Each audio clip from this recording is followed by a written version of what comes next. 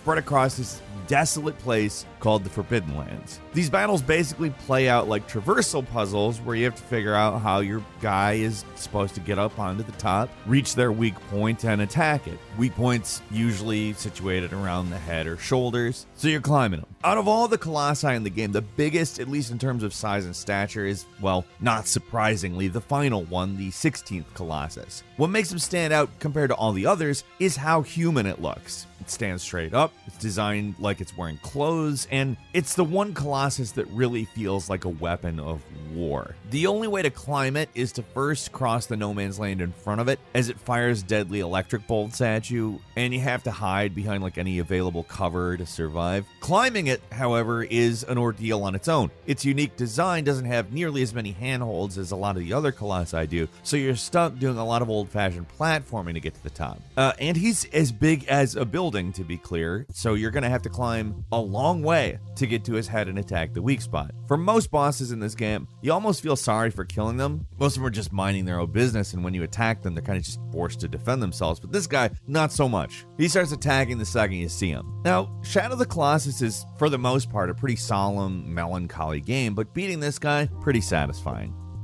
At number 9 is Kronos from God of War 3. The third game in the God of War series is pretty much all about spectacle. In it, Kratos, the perpetually angry Spartan warrior, invades Mount Olympus, killing every god and hero he can get his hands on, usually in some shockingly brutal way. Nearly every boss battle in the game is totally nuts, but one of the craziest is probably Kronos. I mean, he's a titan, and look at him. Kratos is like a flea in comparison. It's not exactly a full boss fight, because I don't know how you would even show that, but Kratos does get a chance to wail on this dude's fingernails to a suitably gross effect that we will not be showing. Not unrelated, do you remember that toenail medicine commercial with the fungi thing? Yeah. The whole encounter is the definition of epic, and it's hard to imagine the series ever topping just how over-the-top wild the whole sequence is. The new Norse games seem much more restrained in comparison to this one, and I think there's a good reason for that. In order to do the unexpected, you can't just keep repeating and repeating, and to just try to go more over the top than perhaps the most over-the-top thing that's possible. You can't. But remember that giant corpse you find late in the new God of War? It's possible something as crazy as the whole Kronos battle will happen. Maybe. At number 8 is Zora Magdaros from Monster Hunter World, another series all about fighting giant monsters, and in terms of size, they're not usually Godzilla size, but they're big, except for this big boy from Monster Hunter World, Zora Magdaros, a monster crossed with a volcano.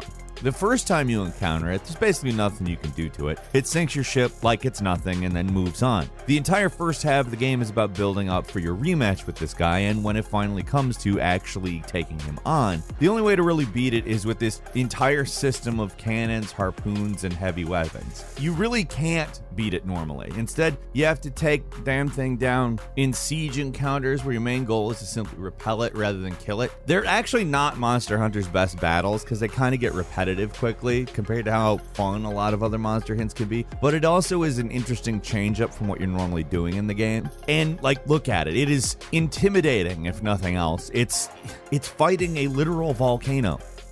And number 7 is Adamantis from Final Fantasy 15. If you thought the previous entry was big, get a load of this. Adamantis is a staple enemy from the series, and while it's generally pretty large, it didn't get absolutely enormous in this manner until Final Fantasy 13, but it seems clear that they really wanted to top themselves this time around. They went totally crazy here. Look at this. You can only encounter this guy at the end game after going back to the main area of the game. If you go back to Hammerhead and take on a hunt called Let Sleeping Mountains Lie, it reveals that this mountain you pass by multiple times on your journey is actually a huge sleeping turtle, and they don't prepare you for how big this actually is. Literally everything and everyone tells you it's a mountain, but it's hard to imagine how big it actually is, and it is a mountain. From a half mile away on the game map, this thing takes up most of the horizon. So what makes this creature stand out compared to most other things on this list is that it's not really a cinematic battle. You're fighting the monster from ground level, so you just feel how enormous it actually is. Trying to attack it with weapons feels like trying to attack an Abrams tank with a sewing needle, but at least your teleport abilities make it a little easier to get up and do some damage. Craziest thing is they put just a ton of work into making him so big and impressive, and it's just this optional fight you can miss out on. You can not even know that it is a boss. You can think that it's a mountain forever. And that's not uncommon for Final Fantasy 15. Some of the best parts of the game are totally missable.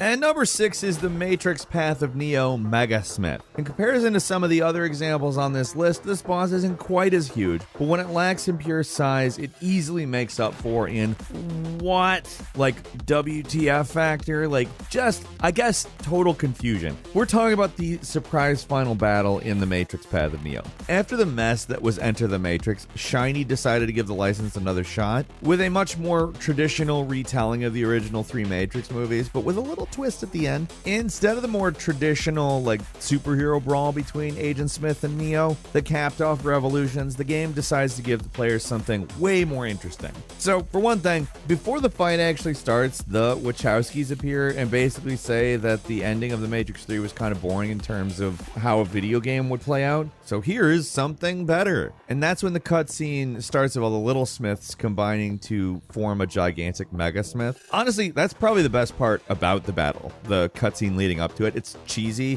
and it's utterly ridiculous, but it's so great because the actual fight's a little lackluster in terms of mechanics, but the spectacle is definitely there. It's so goofy, it's impossible not to show some appreciation for it. The Matrix Path of Neo was a huge improvement over what they were trying to do with Enter the Matrix, although I don't want to just take a huge dump on Enter the Matrix. It was flawed, but there's a lot of interesting stuff in it. Anyway, the insane final battle is a big reason why this is an improvement.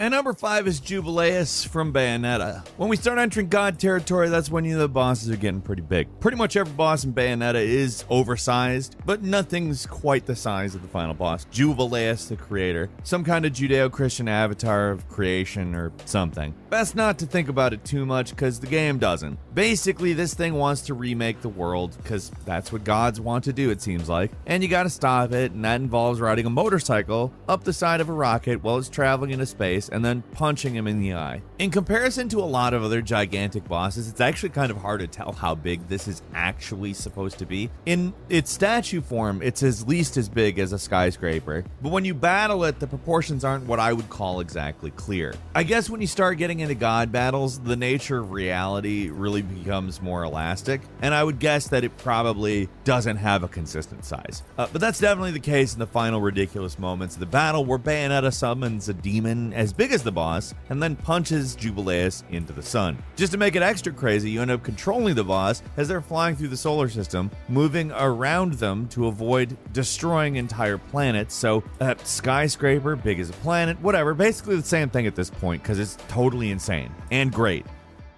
And number 4 is the Dragon God from Demon's Souls, from Software's Soulsborne games. I mean, boss fights are a huge thing in them, so it's kind of surprising the biggest one they've ever had is actually in the game that started all of them. The experimental nature of the game is kind of on full display here, because while the Dragon God is visually amazing, the actual fight's not really a big deal. Not to be disrespectful to how huge this boss is, it's enormous, has the power to kill most players in a single punch, and the first time you encounter him, it's kind of hard to not just stand outside the boss arena terrified and baffled as to what you're supposed to do. Thankfully, some enterprising souls left a huge, perfectly good harpoon gun in the boss arena, and you use them to take this thing down. And even though getting to those is easier said than done, but really it just boils down to knowing which spots that the Dragon God's going to attack you from and standing in the right place to avoid it. Stand in the wrong spot, you're basically dead. Stand in the right spot, you can win. A lot of trial and error, and it feels kind of not menacing by the time you're done with it. The games don't really do puzzle bosses like this anymore, particularly for that reason. They're kind of an anticlimax, and they're frustrating too. But yeah, it's kind of a letdown when you see this big epic boss and you shoot it twice with harpoons and then punch it, and that's it. Not exactly the most dignified way to go out for something as impressive as the Dragon God, but it's still really intimidating and iconic, so we wanted to mention it. And number 3 from Wonderful 101, Jaringa. The best games know the power of a good finale, and some of them save the absolute best for last, allowing themselves to just go completely over the top in the final moments. And the Wonderful 101, which is already a ridiculous game, really goes to the next level for its final boss. If you can't even tell what's supposed to be happening here, then just follow along. What makes this game unique is that you play as a swarm of superheroes called the Wonderful Ones. Because of the perspective and the gameplay, pretty much everything you fight is huge because all your guys are small. So at the end of the game, you take on the alien emperor, who's apparently just a brain in the jar, but that is far from the ending. Once you defeat that, your little guys take on its giant robot form, which is huge, and again, still just a start. After you beat it and escape from the mothership, that's when things go completely off the rails. The enormous Death Star-like space fortress of the bad guys transforms into the final form, and the heroes board their ultimate robot called the Platinum Robo to find it. So their robot is absolutely gigantic on its own, and it's dwarfed by the final form of the bad guy. Final form? I don't know. So your giant robot it looks as small as a human compared to this thing. The Wonderful 101 is great, and it's super challenging, and has one of the most over-the-top finales of any game ever. At number 2 is the Earth Eater from Earth Defense Force 4. Normally, the Earth Defense games are more about numbers than size. Most of the enemies you fight are big, but we're mostly talking about stuff like giant ants and bugs and like the occasional robot. Usually that's about as big as things get, not counting the odd Godzilla-sized monster, but you want to talk about the absolute biggest enemy in an Earth Defense game, we're talking about EDF 4's Earth Eater. Basically, imagine if the sky was a boss, a mind-boggling construct of honeycomb-like cells that block out the sky and rain death upon your unsuspecting little soldier. You know what I mean? Like, look at this madness. How does this make any sense at all? Compared to the absolutely enormous mothership you normally take on in these games, this thing seems endless. There's more intimidating bosses out there in the EDF universe, but nothing as uniquely gigantic as this one. It's basically a Dyson sphere that you have to fight, which is bizarre and kind of amazing, which the series itself is kind of as a whole.